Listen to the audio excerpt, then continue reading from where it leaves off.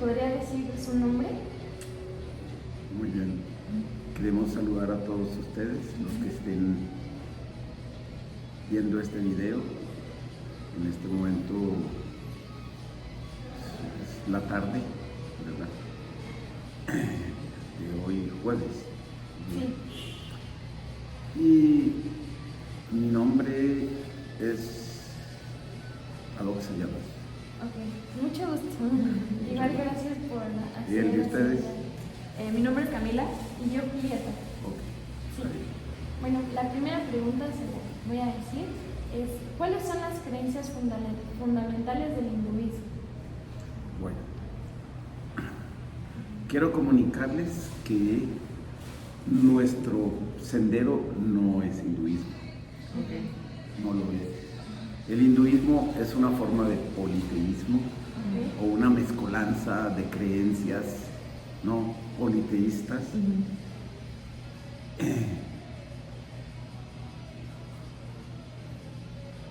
Pero en la filosofía oriental de los Vedas hay una forma de adorar a Dios monoteísta. Nosotros somos una rama monoteísta de la cultura oriental que se llama cultura védica, la cultura de la India. Entonces, nuestra creencia es en un solo Dios. Nosotros aceptamos que existe un solo Dios para todas las entidades vivientes, para todas las religiones, aunque se le llame de diferentes maneras, ¿verdad?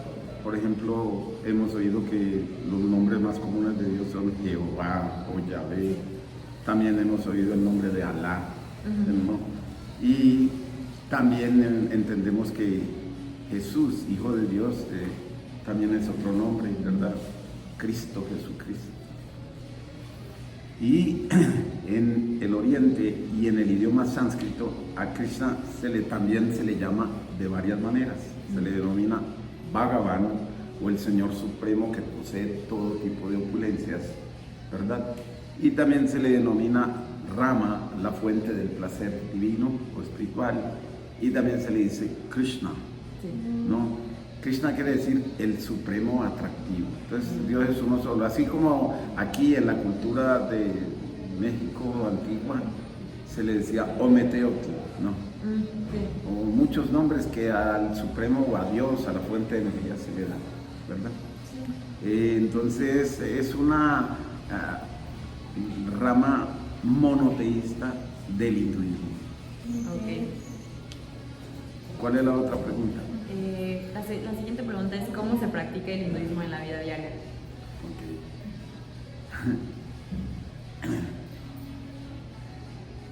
Vuelvo a repetir que somos un proceso de iluminación espiritual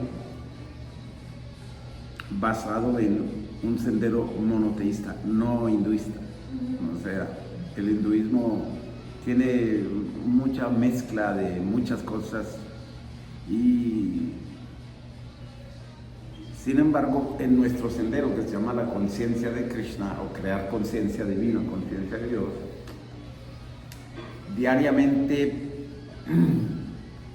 el aspirante a la perfección, por decirlo así, se levanta antes de que sale el sol. Puede ser en su misma casa o puede ser en el templo, si es mono. Y se dedica a cantar los nombres de Dios. ¿Por qué se dedican a cantar un tiempo, durante 2 horas aproximadamente, los nombres de Dios? Porque en todos los senderos y en todas las escrituras reveladas se dice que el nombre de Dios es muy poderoso.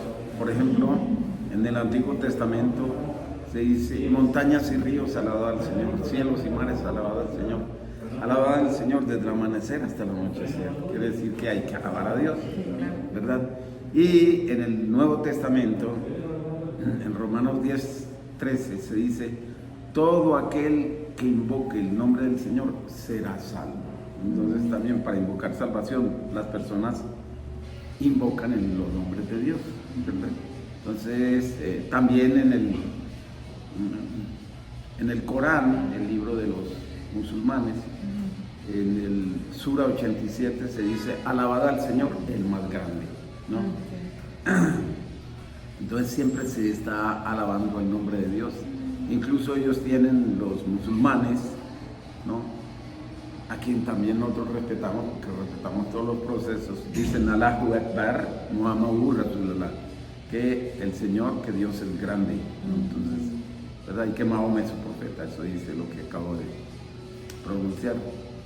También en el Brihat Naradilla Purana, que es una escritura antigua, se dice que para esta era de riña e hipocresía, Harer Nama, Eva Kevalo, Karo Nastieva, Gatiran Miaka, que en esta era de riña, de hipocresía, no hay otro método para la iluminación espiritual que el cantar de los santos nombres del Señor. Entonces, de nuevo se hace énfasis en el canto de los nombres del Señor.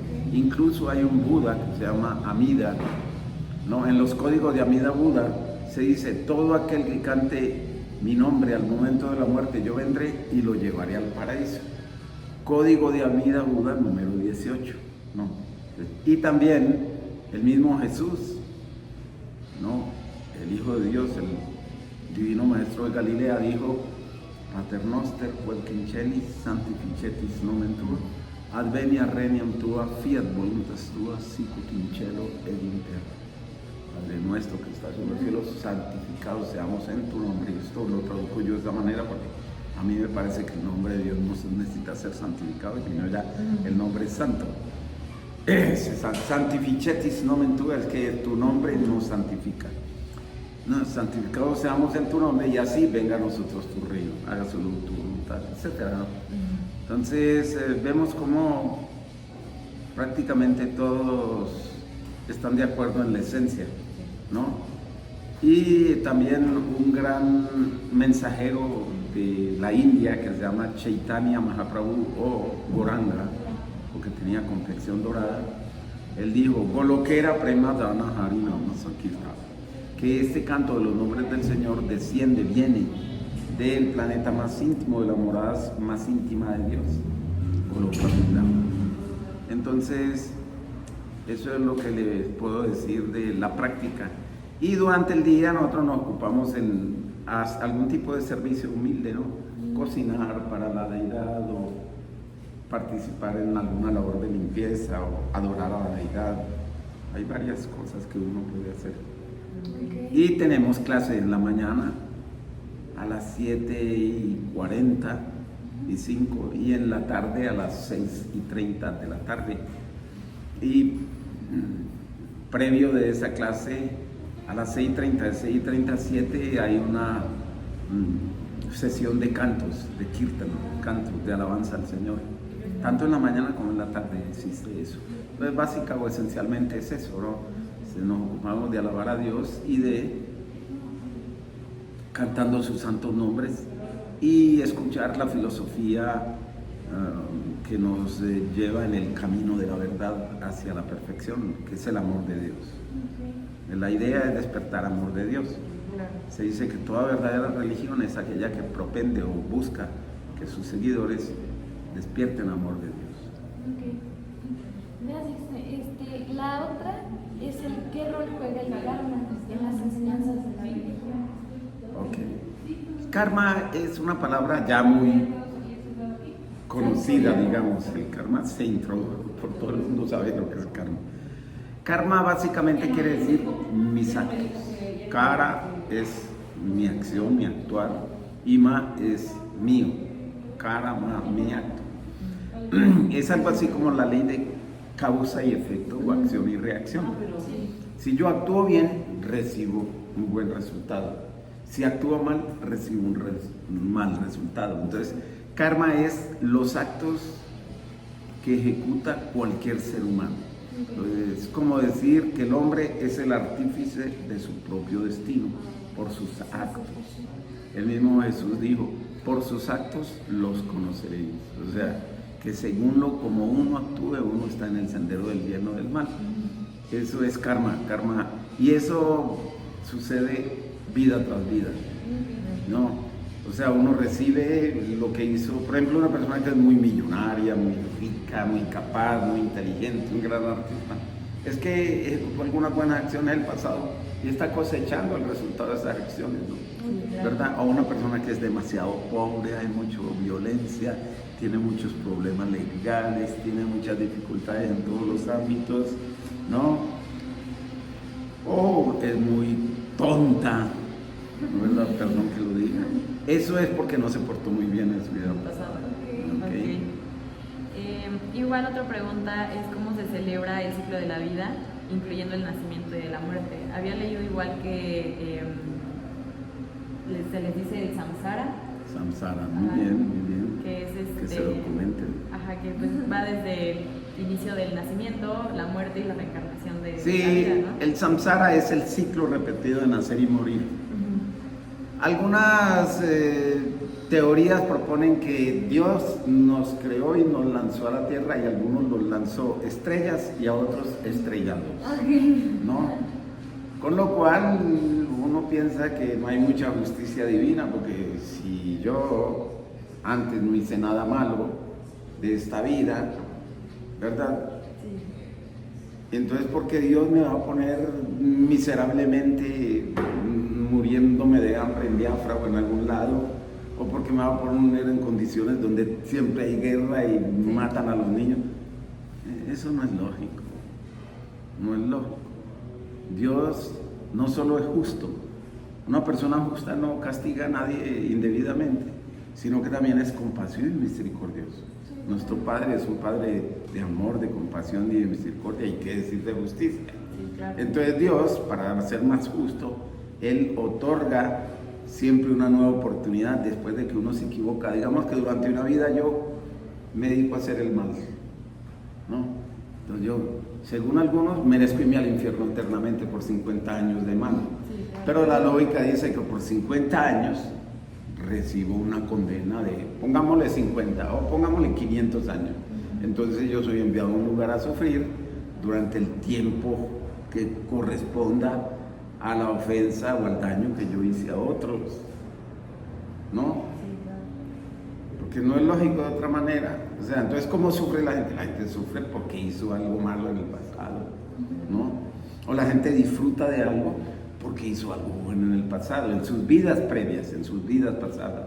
Entonces, el ciclo de nacer y morir es una oportunidad para uno irse desarrollando en su conciencia, para ir descubriendo cuál es la meta de la vida, qué es lo que yo debo hacer. Y también se dice que el estado de conciencia que uno tiene en el momento de la muerte es el que lo lleva a uno a recibir otro nacimiento. Por ejemplo, si yo lo que quiero es volver con mi novia, con mi esposa y mi familia, y yo, ay Dios mío, me estoy muriendo, yo quiero. Entonces usted va a otro plano, muere, y después le dan la oportunidad de regresar muy probablemente con su familia misma, ¿verdad? Porque el Señor es compasivo hasta que uno vaya desarrollando verdadero amor, porque uno está enamorado de las cosas de este mundo. O sea, nosotros la mayoría queremos una carrera, una profesión, un buen esposo, una buena esposa, unos niños bonitos, una casa, un carro, un avión. Hay gente que quiere un avión y lo consigue, que tiene el billete, ¿no? ¿Verdad? Una buena finquita y así, ¿no? Entonces, ese es el ciclo del nacimiento y la muerte repetida. Uno nace y muere, hasta que uno quiera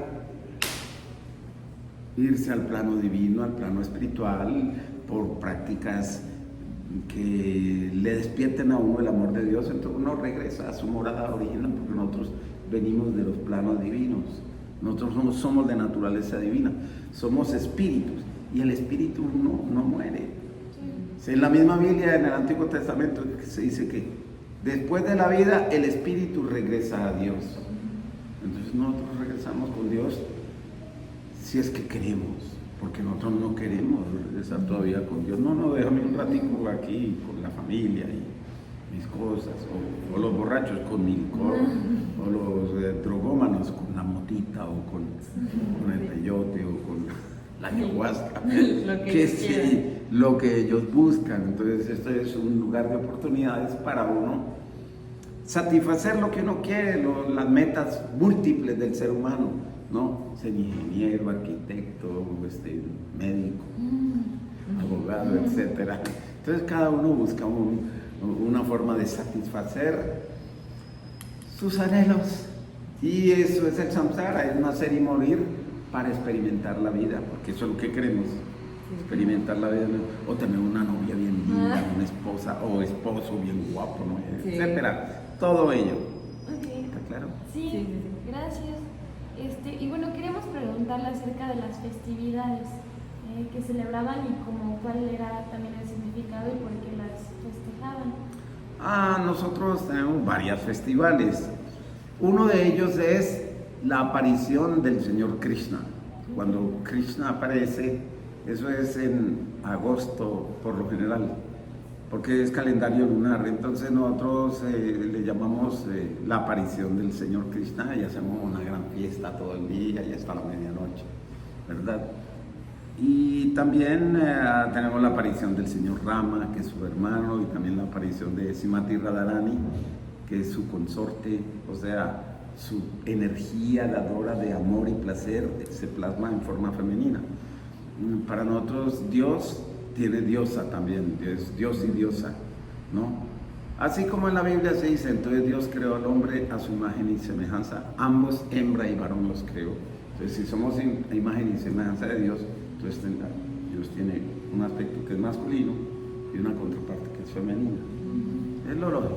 Entonces nosotros celebramos eso también. En marzo celebramos la aparición del Señor Chaitanya y tenemos muchos más otros festivales, ¿no? Ok. Bueno, yo la verdad tenía una pregunta como fuera de esto, pero... Puede hacerla. Pero pues yo he visto que tienen pues sí ciertos nombres y estos nombres ustedes se los otorgan a sí mismos o cómo es que lo... Autodenominación, no.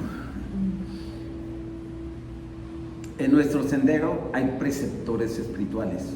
Un preceptor es alguien que conoce, que es un guía, ¿no? Conoce la filosofía, entonces le enseña a sus seguidores, como en cualquier proceso, ¿verdad? Como Francisco de Asís, que fue el preceptor de los franciscanos, o Antonio María Claret de los claretianos, o Ignacio de Loyola de los jesuitas, y así, para no hacerle largo el cuento, ¿no? O los pastores evangélicos, los evangélicos no tienen unos pastores, ¿verdad? O en Irán los ayatolas, Raj, Khomeini, esos, o sea, preceptores espirituales, que son como sacerdotes y guías o abades, ¿no? ¿Sabe que en las abadías antiguamente, que eran como monasterios, habían personas mayores que ya se habían dedicado a la práctica y al conocimiento espiritual y enseñaban a los pupilos, ¿no? Así como ustedes tienen los profesores en medicina, ¿no? De ellos aprendemos, porque ellos saben, ellos ya tienen la práctica. Asimismo, nosotros tenemos preceptores espirituales, o les llamamos gurús, o maestros espirituales. Ellos conocen la ciencia, la han practicado, y entonces ellos nos dan un nombre espiritual con el propósito de que la vibración que se dice y que se escucha mediante ese nombre purifique nuestra conciencia, enfoque nuestra conciencia hacia lo divino. Entonces es una de ellas. Y porque también todo se refiere a que somos sirvientes de Dios. Por ejemplo, si a uno le dicen Krishna Das, quiere decir que uno es sirviente de Krishna. Entonces, para aprender y para enseñarnos nosotros a identificarnos como personas sirvientes del Señor y con una naturaleza espiritual y divina. Entonces va uno enfocándose hacia su identidad espiritual. Esa es la principal función de esos nombres, y también para designarlo a uno, ¿no? Porque todo el mundo tiene algún tipo de designación. Entonces a eso se le llama nombre espiritual, y usualmente uno lo recibe en una iniciación. Uno es iniciado, se hace una ceremonia para uno prometer seguir ciertas normativas, ¿no? De purificación. Nosotros somos lacto-vegetarianos, nosotros respetamos a todas las entidades vivientes, ¿no? Entonces respetamos a los animales, como Francisco de Asís, que decía: los animales son mis amigos y yo no me como a mis amigos, ¿no? Entonces nosotros respetamos el ecosistema, ¿verdad? El entorno, y respetando el ecosistema respetamos la vida de los animales, entonces somos lacto-vegetarianos. Okay. Ay, qué padre, qué bonito, la verdad. mucha curiosidad y pues nos esclareció muchos temas. También si quieren pueden comprar un Sí, libro. sí está. No sé si el muchacho les ofreció. Sí, muchas gracias. Para que se documenten más, así como usted sabía samsara y karma y esto, entonces se va familiarizando uno con la lectura. Entonces eso es todo. Sí, muchas Entonces gracias. me despido de ustedes y Sí. de aquellas personas que están conectándose posteriormente, lógico, con esta pequeña entrevista. Para mí es un honor poder explicarles cualquier cosa y estamos siempre dispuestos a el diálogo o a las preguntas que quieran hacernos. Sí, Muchas gracias. Gracias. Gracias.